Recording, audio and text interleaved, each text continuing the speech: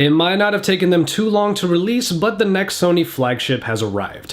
What does the update bring to the Xperia table? Well, let's find out, because it's Josh Vergara from Android 30. What's going on, everybody? And this is the Sony Xperia Z2. From a first glance, you might not realize right away that you're holding the new version of Sony's Xperia flagship. Much of what you remember from the original Xperia Z1 returns here. You still get the aluminum frame all around that pretty much puts together the two panels of tempered glass that comprise the front and back. However, there is a bit of a lip to the frame that sticks out just a little bit, which is quite the opposite of the smoother, rounded edges of the Xperia Z1. It's not uncomfortable, but it is definitely noticeable. And as far as the profile goes, it's just about the same size as the original Xperia Z1, just a smidgen taller and just a smidgen narrower. So if you were alright with the original Omni-Balance design, this will feel completely familiar. When you look closely at the front, you'll notice little slits at the top and bottom. These are the front-facing speakers that are a welcome change, but we'll get to the quality of them in a little bit. The back of the phone is a familiar slab of glass that has the Sony logo, the Xperia logo, and the G-Lens optics. Flaps for the micro SD and SIM slots, as well as the micro USB charging port, are on the sides. The one on the left for the SIM tray and charging port is a little peculiar though, as it isn't made of two different flaps but instead one large one, exposing a little more of the phone's innards than I might like. But those flaps do mean water and dust proofing, so I guess I can't complain that much.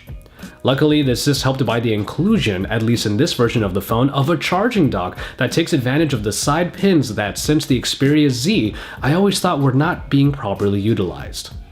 And unfortunately, while the phone basically isn't bigger than it was before, the handling is still just outside comfortable for one-handed usage. Some hand gymnastics will be required for tasks like typing, and definitely for reaching elements at the top of the screen.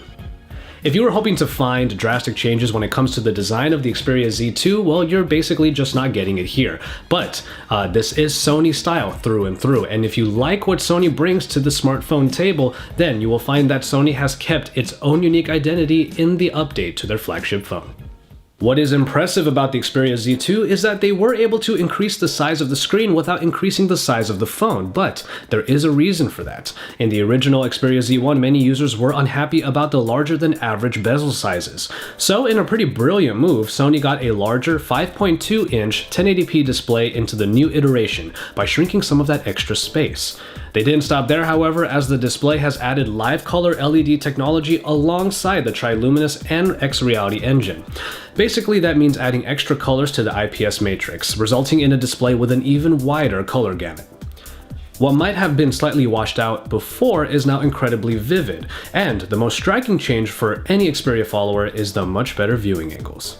Sony seems to have gotten it right this time around, creating a display that makes media a blast, but is also now an even better performer in all other respects. It should come as no surprise that this flagship update comes with the best processing package available. The Snapdragon 801 clocked in at 2.3 GHz with the Adreno 330 and 3 GB of RAM. I've had no issues with the general usage of this phone, being able to play intensive games like Anomaly 2 and easily going through various tasks like checking and posting to Facebook, and then playing YouTube videos to even downloading and listening some podcasts all in the same run. I will admit that I did find some stutter in the UI here and there and the occasional pause when entering the recent app screen, but they don't break the flow and are probably more to do with the UI than the processing package. The other bits and pieces found in the Xperia Z2 continue to add to the general experience, especially considering all of them are well protected from the elements due to the IP58 certification. The microSD card slot is now becoming a trope of flagship devices, finally, but Sony has always added them into theirs, and the Z2 is no exception. All of the available connections are available here in the Xperia Z2, including NFC, as is denoted by the little mark right here, and even the ability to connect a DualShock 3 controller to the phone using a USB OTG cable, which unfortunately was not included in this package. The front-facing speakers are always an exciting prospect, but prove to be only decent at best with the Xperia Z2. Sound isn't very rich at all, and it doesn't get all that loud. Perhaps only loud enough for personal enjoyment, but definitely not loud enough for anyone else to enjoy. Call quality was of little trouble when I used this phone on the T-Mobile network, with really no complaints on either end. And in talking about the battery, you get a sizable 3200 mAh unit in here, and it does a good job of powering the phone for a good while. However, I do have to give credit to this phone's wonderful standby time and power saving features. Here's a look at a typical day of using the Xperia Z2, going from 100% to 75%, which was around 2.5 hours, with half of that time being with the screen on time. Now, if I were to continue using the phone in that level of usage, which almost never occurs, the phone will probably tucker out as it did around the 11 or 12 hour mark. But with great standby time, the general user will definitely get through a full day and then some with the Xperia Z2, especially if you take advantage of the slew of power-saving features already built in.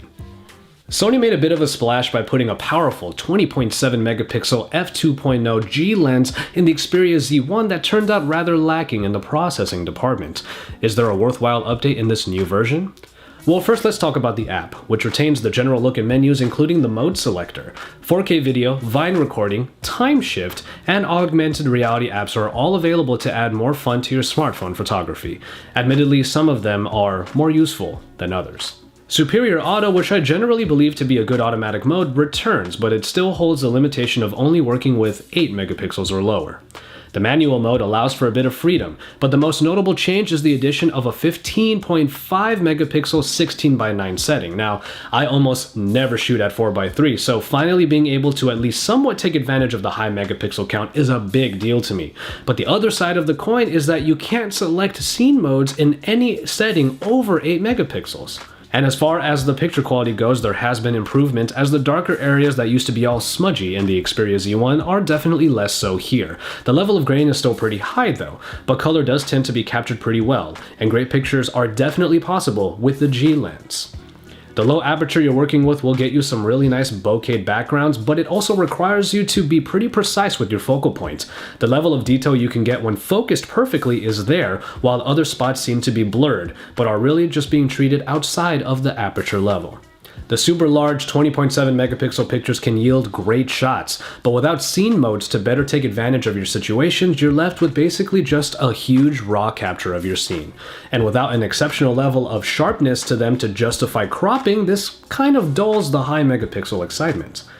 You'll get more consistently enjoyable pictures by taking advantage of the settings like macro or HDR that are only available by lowering down to 8 megapixels, so it's just a huge bummer that 20.7 megapixels turns out to be more a novelty than ultimately useful. Stay tuned to our channel for an upcoming feature-focused video that will be a camera shootout showing you even more examples coming from the Sony Xperia Z2. And finally, in software, we find the Xperia or Timescape UI once again, with little changes to the general formula, but once again, that might be a strong point. The interface that is actually quite close to stock Android continues to bring simplistic elegance to the Android Fold with some quintessential Sony style, as you can see in this PS3-inspired live wallpaper. Aside from a pullover for some simple settings in the app drawer, you have the familiar horizontal page layout. The notification dropdown is still of a dark motif, but now includes useful power widgets that are customizable. Another Sony Xperia trope returns with the small apps, found in the recent app screen and are small overlay apps that you can use for quick multitasking. They're nice, but ultimately weren't tools that I used often.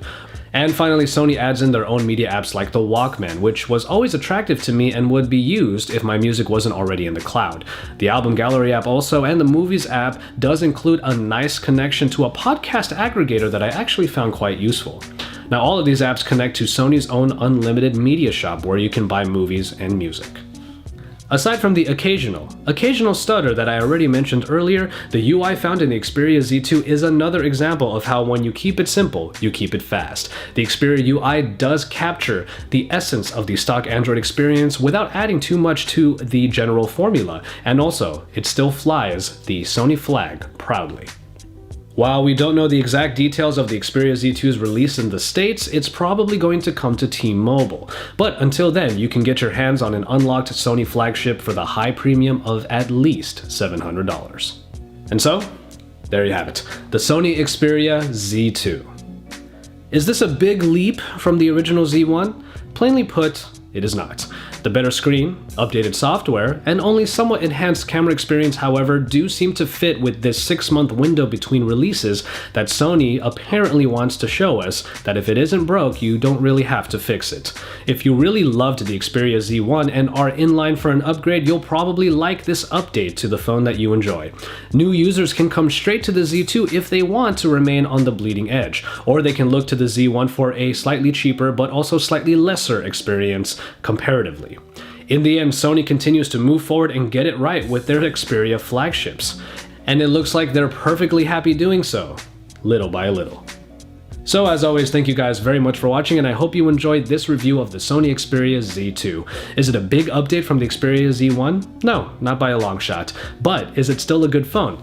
Absolutely. So stay tuned for the rest of my Z2 coverage, including the camera shootout, in which you'll be able to see for yourself even more examples of the camera quality. And after that, make sure you keep it tuned to Android Authority, also checking out the videos from my colleagues in Android, Joe Jace and Kevin the Tech Ninja. Stick around and drop us some likes on our videos, because we love to see those thumbs up, and subscribe if you haven't already. And once you're done with all of that, make sure you head on over to AndroidAuthority.com for even more in-depth coverage, because we are your source for all things Android.